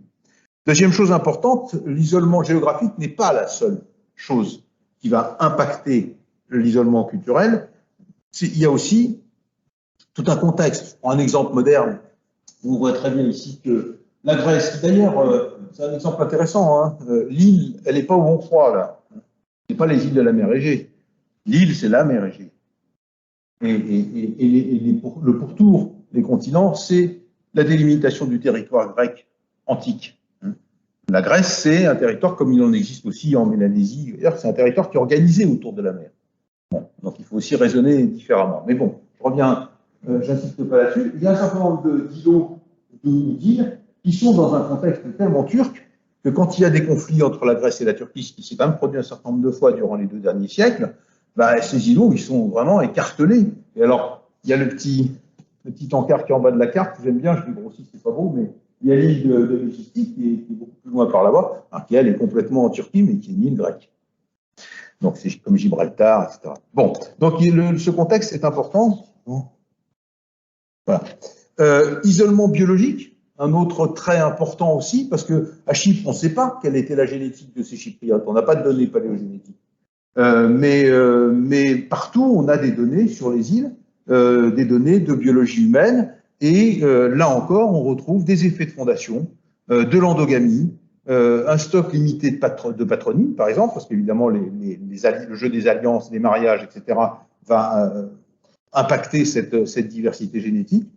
Et certaines îles sont caractérisées, ou étaient caractérisées, devrais-je dire, par un isolage génétique. Alors, j'ai repris la photo de cette dame de Saint-Barth, qui est une population blanche au milieu de populations noires antillaises dominantes. Bon, il y en a aussi aux Saintes, il y en a sur plusieurs îlots, petites îles dans les Antilles. Et donc, voilà, et tout ça est en train évidemment d'être gommé par le tourisme. Autre chose qui est important, je vais l'effleurer seulement, c'est les économies. Je prends juste l'exemple de la pêche. Les îles, elles peuvent avoir un plateau continental étendu ou pas. En général, il n'est pas étendu, donc les ressources halieutiques sont faibles sur les îles, à peu près partout, il y a quelques exceptions. Et puis, c'est encore plus faible quand on est en zone intertropicale ou en zone tempérée. Là où c'est intéressant, c'est quand on a des plateaux continentaux qui sont grands et qui sont en zone arctique. Et c'est là, effectivement, qu'on a des économies insulaires qui sont tournées vers la mer, vers la pêche, et qui en vivent. Bon, plus très fort, hein, on en discutait avec Philippe juste avant, ça commence c'est plus très fort, mais enfin, qui en ont vécu pendant très longtemps. Et puis, à l'inverse, on a des populations insulaires qui tournent le dos à la mer, qui ne pêchent pas, qui ne mettent pratiquement pas de pression sur la faune halieutique. Des contraintes démographiques assez fortes, c'est pas un hasard, je vais vite, que les hôtels capsules soient nés au Japon. Ça existait déjà d'une certaine manière avant les hôtels capsules. Ces pressions démographiques, elles font que, avec la limitation de l'espace, il y a une condensation des populations, mais il peut y avoir aussi, quand elles sont très faibles, un danger d'extinction. Ça a été le cas à Tristan d'Acunha, quand la moitié de la population, c'était quoi? Même pas une douzaine de personnes, une vingtaine de personnes étaient dans une baleinière qui a coulé, et la moitié de la population de l'île qui a disparu d'un seul coup. Les liens avec l'extérieur, c'est évidemment un élément fondamental, je ne fais que survoler. Un élément fondamental, on a parlé tout à l'heure de la Kula et de ce système d'échange entre les différentes îles de Mélanésie autour de Trobriand, qui est un moyen, effectivement, d'ouvrir l'économie, d'ouvrir des échanges, éventuellement, alors en l'occurrence, c'est pas le cas, je crois pas, mais des échanges matrimoniaux, éventuellement, qui sont importants, effectivement.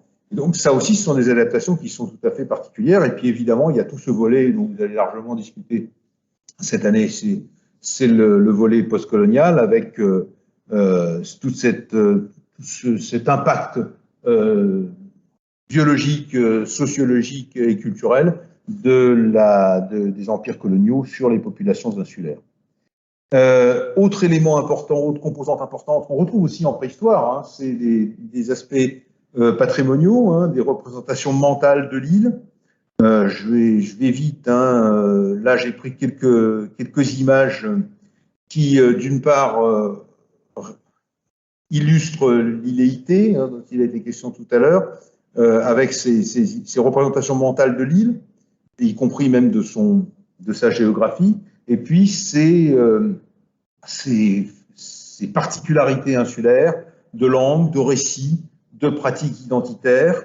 Bon, j'ai mis un drapeau corse et un mouflon de Corse à côté, je n'ai pas pu résister, mais aussi tout ce qui se développe autour de l'Eda islandais. Enfin, bon, il y a tout un tas d'exemples, et puis évidemment la patrimonialisation jusque celle des montagnes et des arbres à fleurs, hein, qui est très connue au Japon.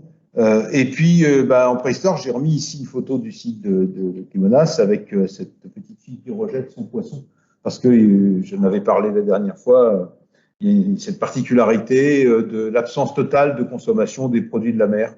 Donc ça veut dire que là aussi, il y a sans doute, et puis ça c'est insulaire, enfin, ça semble être vraiment insulaire chypriote. Donc, Alors, je pense que c'est plus un questionnement qu'autre chose, mais il y a quand même cette idée que l'intensité de, si on peut toutefois la quantifier, l'intensité de cette patrimonialisation, euh, de ces particularismes est proportionnelle ou liée à la perception de l'espace, donc au niveau d'isolement, et qu'elle est évidemment, elle peut être renforcée parce qu'encouragée par un certain tourisme ou au contraire gommée par la vie moderne.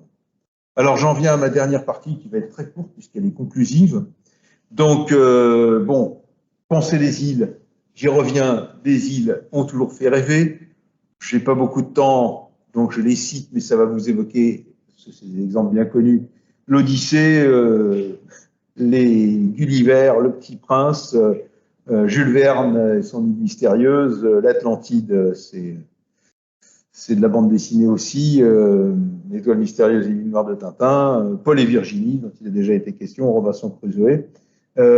J'ai pas résisté à mettre le cimetière de la Sémillante, parce que j'ai travaillé quand même. J'ai passé un mois de décembre juste au bord du cimetière de la Sémillante. Je peux vous dire que c'était pas gai. Hein. Bref, lisez Alphonse Daudet si vous ne connaissez pas la Sémillante. C'est romancé, mais c'est bien. Et puis, il y a tout ce qui se passe maintenant aussi, hein, avec ces téléréalités sur les îles, hein, ces ventes d'îles ou d'îlots, qui sont des manifestations modernes de ces mythes insulaires. Les îles préoccupent aussi, parce qu'elles sont l'épicentre du déclin de la biodiversité et de la diversité culturelle. Comme on l'a vu, ce sont par définition des particularismes. C'est un endémisme inévitable qui s'y développe. C'est un rapport qui date de 2017, donc déjà un petit peu ancien, qui pointait 41% des espèces de vertébrés terrestres les plus menacées en milieu insulaire.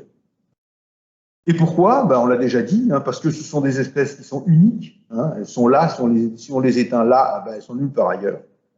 Elles sont hyper spécialisées, donc dès qu'on va changer un petit peu quelque chose, elles vont être en déséquilibre. Elles sont à petit effectif, avec des taux de reproduction faibles, une perte de vigilance vis-à-vis des prédateurs, en particulier de l'homme, et des compétiteurs. Donc il est absolument nécessaire, d'une part, de mieux connaître cette biodiversité insulaire, et j'ai souligné son histoire en mettant une photo de cerf de Corse. Je pourrais vous expliquer pourquoi, parce que la réintroduction du cerf de Sardaigne en Corse est une histoire à laquelle j'ai participé dans le cadre du parc naturel.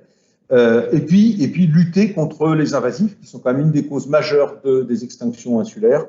J'ai mis ici une photo sentimentale de Michel Pascal, monsieur Ratator, qui nous a quittés bien trop tôt et qui était l'un des premiers à mettre en œuvre ces pratiques d'extinction d'éradication des rats sur les îles où ils menaçaient le plus la faune aquatique.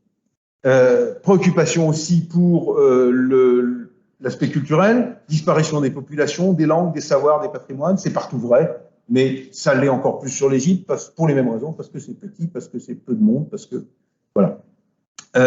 Donc j'ai laissé quelques photos emblématiques. Et il y a un élément particulièrement important, c'est le risque climatique sur les îles. 47 États insulaires, il y a une dizaine d'années, étaient considérés comme menacés par la montée des eaux et les catastrophes liées au changement climatique. Les Maldives, 2,5 mètres d'altitude en moyenne. Donc on voit très bien ce que ça va faire. Donc ça, c'est un élément de préoccupation majeur. Et là encore, il n'y a pas de raison de dire oh là là, la biodiversité est menacée. Non, c'est tout. C'est les cultures insulaires et leur biodiversité qui sont menacées. Et je termine, pour revenir à notre fonds de commerce, c'est-à-dire la recherche. Il est important de continuer à travailler sur les îles, de continuer à développer des recherches sur les îles. D'abord parce que il faut les protéger, donc il faut mieux les connaître, ça c'est clair. Ensuite parce que l'histoire nous apprend qu'on n'a jamais fini d'en apprendre sur les îles. 19e siècle Darwin, années 70 MacArthur et Wilson, années 90 on se rend compte qu'ils ont un peu tort sur les marges et qu'il faut réintroduire l'anthropique. Et maintenant, là, depuis quelques années, enfin, une décennie et demie, eh bien, on fait ce travail de plus en plus de mêler les populations humaines à leur environnement et réciproquement. Et on sent que, même si on ne maîtrise pas complètement cette posture, on sent qu'elle est source non seulement d'accroissement de savoir, mais aussi de plus grande efficacité en termes de maîtrise de l'avenir de ces milieux insulaires. Alors moi, je plaide pour ma baraque, hein, je suis désolé, mais ce qui me semble le plus manquer, c'est cette dimension historique. C'est très difficile d'accumuler des données historiques sur les îles partout dans le monde, parce que une île, c'est limité, donc il y a moins de bêtes, il y a moins de diversité, il y a moins mais il y a aussi moins de sites archéologiques. Voilà, donc déjà, c'est plus compliqué. Il y a une forte activité taphonomique pour tout un tas de raisons qui se concentrent sur l'île, et donc les sites sont plus dégradés en milieu insulaire qu'en milieu continentaux.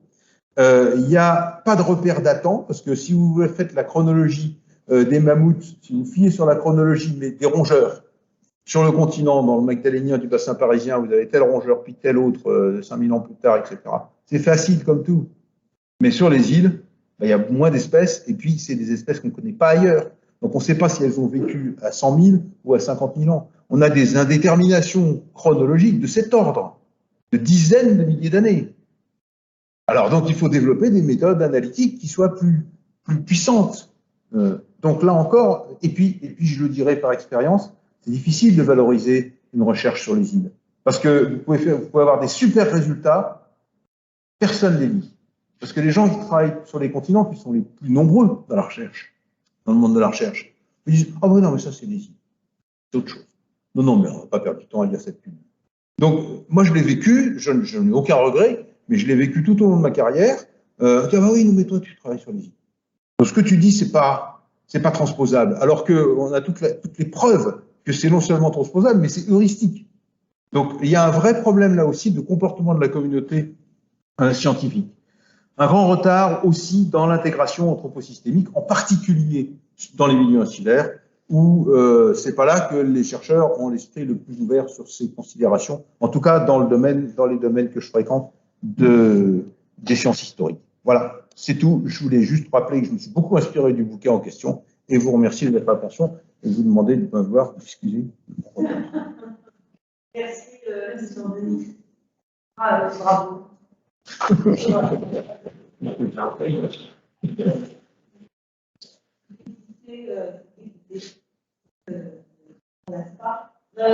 a très peu de temps.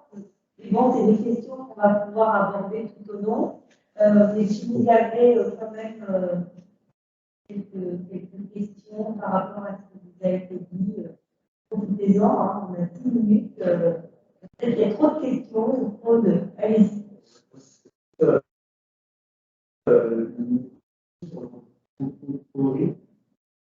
Oui.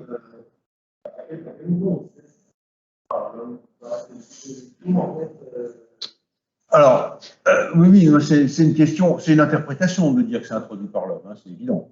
Alors, il y a la meilleure preuve, celle qui est la plus puissante, c'est la preuve statistique. C'est-à-dire que, quand vous voyez très peu d'introduction ou pas, et puis l'homme arrive, et là, comme ça se passe en Corse, on passe à plus de 15 taxons en quelques siècles, je pense que c'est ce qui est le plus convaincant. Maintenant, dire individuellement que celui-ci et celui-là ont été introduits par l'homme, ça relève de l'hypothèse. C'est une hypothèse qui peut être contrôlée quand même parce que la capacité de telle ou telle espèce à traverser, hein, je prends le hérisson par exemple, 70 km à la nage au milieu de la Méditerranée, bon, parler d'un tsunami, etc. Bon. Voilà, donc il y a des probabilités plus ou moins fortes. Il y a des espèces pour lesquelles on pourra toujours se poser la question. Je pense aux sangliers, aux cervidés, qui sont des bons nageurs.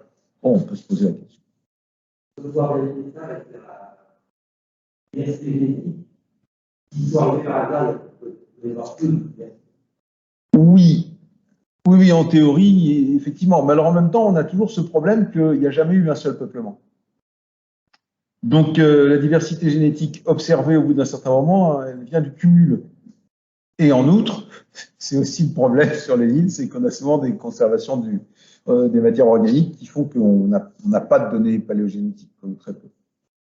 C'est malheureusement un domaine qui est très décevant de ce point de vue. Oui.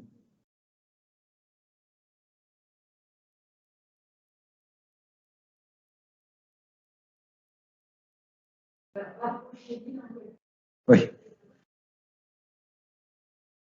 Ben, c'est-à-dire, c'est une image de dire que ça rapproche l'île. Bien sûr, l'île elle reste toujours au même endroit.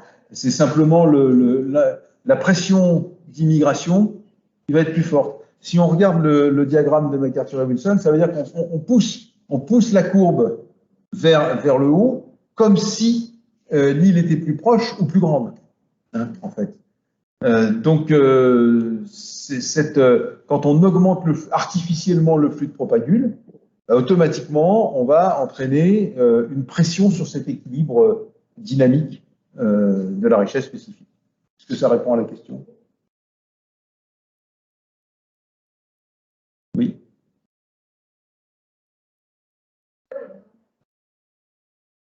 Un exemple que j'ai sauté. Il y en a qui sont très gentils là. Non, non, je ne vais pas le commenter en détail, mais je vais leur. Bah non, autant qu'on ait l'image. Où est-ce qu'il est, les bestiaux? Ah, c'est Myotragus. Voilà. Bon, il y a les images. Donc voilà, c'est Myotragus balearicus qui a été reconstitué ici. C'est la reconstitution du bouquin, il y en a de meilleurs. Ça, c'est le squelette monté. Donc c'est un animal qui est présent à Majorque et Minorque pendant plus de 2 millions d'années. C'est-à-dire qu'on a une séquence évolutive, hein, on a le bestiau qui change, il y a plusieurs espèces successives qui succèdent sur l'île. Et la forme finale, celle qui s'est éteinte à l'Holocène, peut-être sous l'impact anthropique, mais ce n'est pas encore complètement clarifié, eh bien, ça ressemble un peu à une chèvre. Ce n'est pas la même famille, mais c'est une famille assez proche d'ongulés. Et si j'ai mis les deux, c'est pour qu'on comprenne bien, mais c'est pas clair quand même, c'est qu'on comprenne bien qu'il y a un raccourcissement des segments terminaux des membres, qui font que le métapode de la chèvre, qui est long comme ça, et qui sert de levier dans le saut, dans la course, dans tout ce que ces chèvres font d'extraordinaire, eh bien, chez le Myotragus, il est long comme ça. Donc, elles ne peuvent rien faire de tout ça. Ni courir, ni sauter, c'est des locataires. Et autre chose d'unique, les dents à croissance continue, comme chez les lapins, c'est unique chez tous les bovidés, des centaines d'espèces. Voilà. Orbite qui migre en position frontale. Ça veut dire que si on arrive par derrière sans faire de bruit, on attrape les cornes comme ça et puis clac. Bon. Donc aucune surveillance possible de l'environnement et des prédateurs. Il n'y a pas de prédateurs. À part l'homme quand il arrive. Ça, c'est encore plus extraordinaire.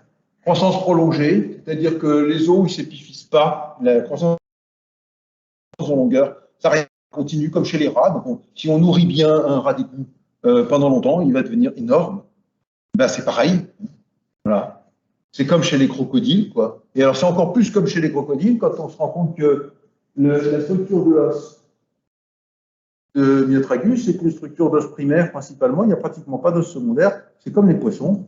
Voilà. Ça ressemble à la structure d'os primaire des crocodiles. Ça n'a rien à voir avec la structure d'os secondaire de tous les autres mammifères. C'est unique au sein des mammifères, ces structures d'os primaire. Bon, à part dans les tissus dentaires, etc., mais dans l'os, ça n'existait pas. Ça veut dire que cette bête-là, elle était très probablement capable de réduire sa température corporelle, de descendre en hypothermie, de rester en léthargie pendant un temps assez long. C'est un peu équilotherme. Exemple unique chez les mammifères. Voilà les bizarreries insulaires. Et il y en a des comme ça chez les lézards, mais celle-là, elle est quand même pas mal. J'avais une petite question. Tu disais pour valoriser les travaux sur les îles, c'était compliqué. Or, il me semble que du côté de nos collègues naturalistes, écologues, au contraire, c'est des espaces qui sont survalorisés parce qu'il y a toutes ces espèces endémiques et uniques qui cherchent à découvrir et à identifier. Oui, tu as raison. Je pense que tu as raison. La perception que j'ai moi, elle est peut-être très personnelle. Elle est peut-être très liée au monde de l'archéologie. Ouais, possible.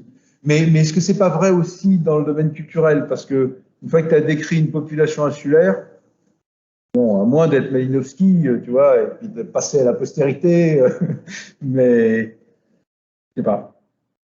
Mais tu peux toujours peut-être la manière de naturaliser, je sais pas, c'est des centres de pause, c'est spécifique. en avant dans cette diversité, enrichir la diversité culturelle? Alors, en même temps, on y arrive. Hein. Bon, moi, j'ai fini par faire une carrière à peu près normale et pas si mauvaise, au bout du compte. Donc, on y arrive. Hein. Mais en même temps, ça pousse. Moi, ça m'a poussé à une époque, parce que je me rendais compte que je sortais des trucs qui étaient quand même pas mal, quoi. C'était vraiment des trucs nouveaux. On les publiait et puis, voilà, ça tombait à plat. Et je me suis rendu compte qu'il fallait que j'en fasse quelque chose. Et du coup, j'ai essayé de proposer des modélisations transposées au continent. Bah, sur le modèle des grands anciens, hein, j'avais rien inventé. Et ça a été beaucoup mieux perçu. Donc peut-être que c'est bien au bout du compte, hein, parce que peut-être que quand on travaille sur les îles, on a tendance à rester le nez sur notre univers un petit peu étriqué des îles, quoi. Surtout quand on fait le mouvement comme je l'ai fait, de passer d'une grande île, la Corse, à l'île Lavezzi et puis à Gargalo. Bon, effectivement. Ce que je trouve intéressant aussi, c'est de montrer en fait que ces îles, c'est des plus. Ça rejoint un petit peu la perspective différente qu'elle est évoquée dans le texte que j'ai lu entre des îles qui sont autarciques, totalement isolées, et au contraire des îles qui sont des successions continues de flux, de rencontres, des humains qui passent, mais aussi avec des animaux qui se rencontrent. Donc ça déplace la perspective, je trouve, aussi. Ça montre bien. Ce qui manque, je trouve, ça me vient maintenant, c'est ce que tu dis, c'est qu'en fait, on n'a pas beaucoup d'histoires monographiques d'îles sur la longue durée. Moi, quand je me suis mis sur la veille, parce que c'était un peu ça l'histoire, hein, je me suis inspiré, alors je ne connais pas tout, mais je me suis inspiré de ce qui avait été fait en Bretagne. Il y avait 2 ou 3 histoires monographiques sur la longue durée qui étaient inspirantes, qui étaient intéressantes. Et il n'y en avait pas beaucoup, j'ai pas l'impression qu'il y en ait beaucoup plus maintenant. Histoire culturelle intégrée, peut-être que ça vaudrait le coup. Et vraiment en détaillant, parce que moi sur la veille, j'ai travaillé sur le 14e, le 17e siècle, hein, c'était pas de la préhistoire, mais c'est éclairant, quoi. On s'en fiche, la limite, la temporalité. L'important, c'est d'avoir ce que tu dis, hein, finalement, une illustration bien documentée de cette instabilité, parce que je me demande au fond si sur ces petites îles très, très fermées, etc., on a l'impression qu'on a un conservatisme. Moi, j'aimerais bien savoir s'il n'y a pas eu justement beaucoup plus de mouvements que ce qu'on peut imaginer. Sur les terres astrales françaises, parce que c'est pour ça aussi qu'on fait ce séminaire. Donc, une fois l'histoire, on travaille avec 2 historiens d'histoire de ces terres astrales. C'est absolument incroyable. C'est une richesse. De passer de paradigme à un autre, paradigme de très économie, les fusées, et puis tout ça aujourd'hui avec ce patrimoine naturel qui est totalement encensé. C'est une histoire.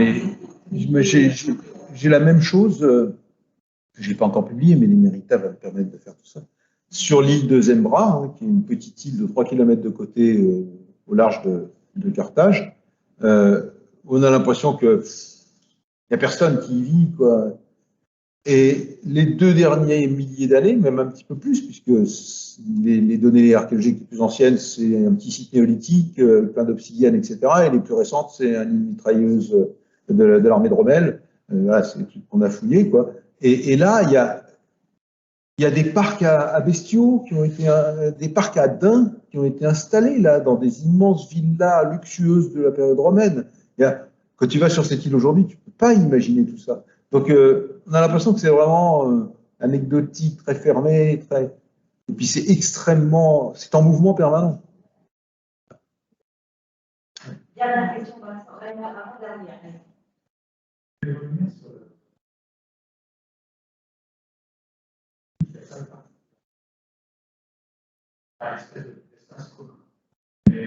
Vous avez quoi? Pardon, je vous ai arrêté. En fait, ça ressemble beaucoup, en fait, oui. C'est... Oui, mais bien sûr. Ah non, mais il n'y a rien de surprenant.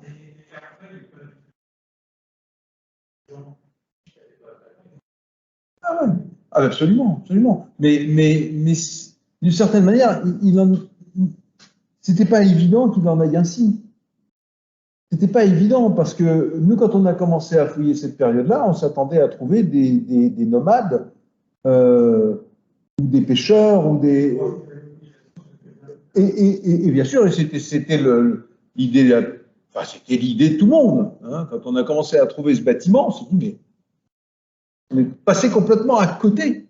Jamais personne n'a imaginé qu'il y a un truc pareil. En plus, 10 mètres de diamètre, c'est les plus grands qu'on ait sur le continent. Enfin bon, je n'ai pas assisté sur celui de Jordanie parce qu'il est plus grand. Mais voilà, c'est un truc quand même. Et là, actuellement, on est parti sur un autre projet. On a fini d'étudier ce site. On est parti sur un autre projet qui est sur des périodes plus anciennes. Et la question est la même. On est dans des périodes où sur le continent, il y a un début de sédentarisation. Ce n'est pas du tout du néolithique, hein, c'est des pipales. Et ben là, qu'est-ce qu'on va trouver? Est-ce qu'il y a déjà un début de sédentarisation ou pas? Parce que est-ce que le modèle est passé tel quel, ou est-ce que Chypre est en marge? Et on a passé là 30 ans à considérer que ah oui, Chypre est en marge. Ah bah non, on a trouvé ça, il est en plein cœur du modèle. Ça a commencé avec au 7e millénaire, on pensait qu'il n'y avait rien avant. Voilà, en 2004, on a fouillé ces périodes et on a reculé de 1000 ans, 1500 ans la transposition du modèle. Donc, c'est vrai que Chypre n'est pas loin, c'est vrai qu'on a sous-estimé les capacités de navigation, qu'on a sous-estimé la puissance de ces cultures. C'est-à-dire que ce n'était pas un obstacle pour y aller. Non, c'était pas un obstacle, mais d'ailleurs Thomas Coquille l'a bien montré avec les souris, hein, où finalement il n'y a pas de divergence morphologique pendant 2000 ans. C'est comme si c'était aux portes des villages du continent. Ah, Vincent. On travaille pas sur les îles, on travaille sur les oasis. Le Chypre travaille sur les îles. Et voilà, savoir si c'est très inspirant pour énormément sur le travail que à des monographies, je commence à essayer de réfléchir un peu à une sorte de théorie insulaire des oasis, en fait. Et voir penser les oasis en réseau. Alors, ça rentre un peu singulier, parce que les oasis peuvent être complètement mélartifiés, en fait. Est-ce qu'on a le cas de. Évidemment, c'est un peu courrier à. En fait, même le temps qu'on est commencé encore. Est-ce qu'on a des cas en Méditerranée, d'oasis, d'îles complètement artificielles? Par certains aspects, oui. Jamais au point des oasis. Ça, c'est construit. Enfin, c'est un propre système construit par l'homme, quoi. Hein. Jamais à ce point, à ma connaissance. Après, il y a les îles du golfe Persique, etc., mais c'est autre chose. Mais en Méditerranée, il n'y a pas ça. Mais en revanche, l'idée est présente à de nombreux endroits. C'est-à-dire qu'il y a des versants, des caractéristiques de certaines îles qui sont tout à fait de type oasien, si je peux dire. Hein. Je pensais le fait que toute la faune de mammifères de Corse et de Sardaigne, actuellement, elle est entièrement introduite par l'homme. Alors, on peut toujours discuter sur un ou deux taxons, mais bon, je veux dire, il reste rien de la faune autochtone. Alors, chez les amphibiens et reptiles, il reste quelque chose. Donc, il y a toujours il faut extraire un morceau. Hein. Mais voilà, c'est entièrement fabriqué par l'homme. Et j'ai remis cette diapo, puisque Frédéric m'avait empêché d'en parler, mais c'est exactement ça l'idée. C'est qu'en fait, le fait qu'il y ait eu toute cette introduction, et en particulier le daim de Mésopotamie, il a pris, entre guillemets, à Chypre, comme nulle part ailleurs sur le continent. Donc, d'une certaine manière, il y a un oasis de daim qui s'est fabriqué à Chypre. Et la densité enfin, le daim est vraiment une ressource majeure pour Chypre pendant 5000, 7000 ans. Hein, ce n'est pas juste un coup comme ça. Et partout ailleurs sur le continent, oui, bon, il y a des endroits où on a un peu exploité, mais. Donc, c'est un peu ça, d'une certaine manière. Il y a une génération d'un anthropo-écosystème vraiment qui n'est pas aussi spécifique que les oasis. Mais moi aussi, je regarde tes oasis. J'ai lu il n'y a pas longtemps avec attention le texte que tu as fait pour le bouquin de la découverte. Là. Et j'avais suivi un petit peu avec Margareta ce que vous faisiez sur ce domaine. Ben, c'est vraiment de l'insularité pour moi, et c'est un exemple extrême d'insularité.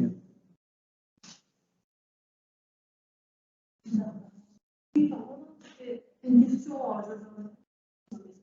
c'était sur les sur l'aura, les déracinations.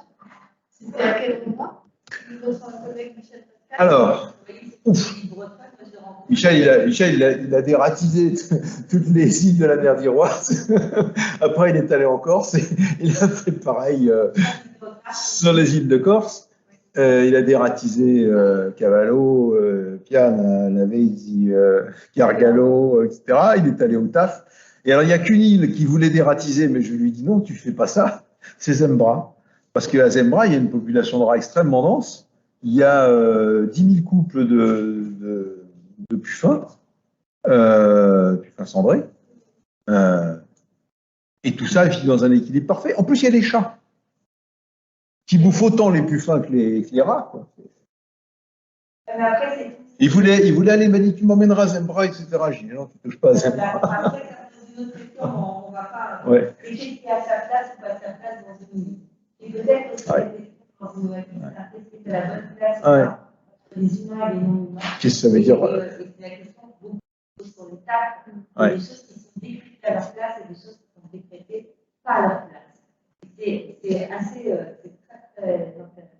Bah, on va arrêter parce que je crois que c'est juste normal parce que c'est un choix culturel là aussi. Hein.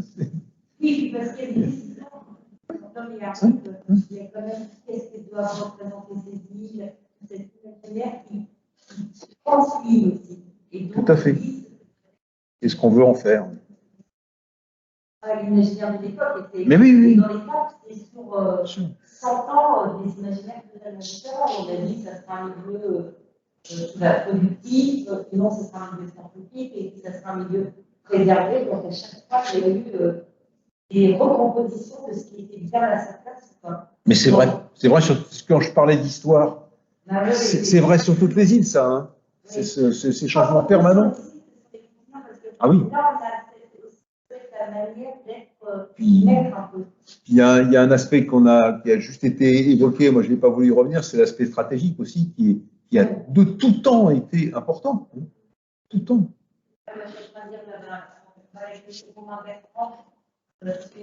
Qui a fait tour de fois, et effectivement, on voit les grandes expéditions, les enjeux en fait stratégiques.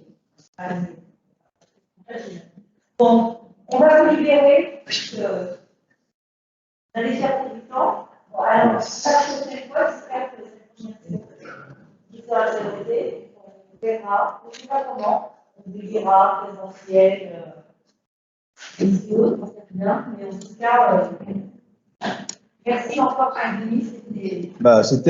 Ça m'a fait du bien de me replonger un peu dans ces affaires-là parce que les trucs j'avais oublié un peu.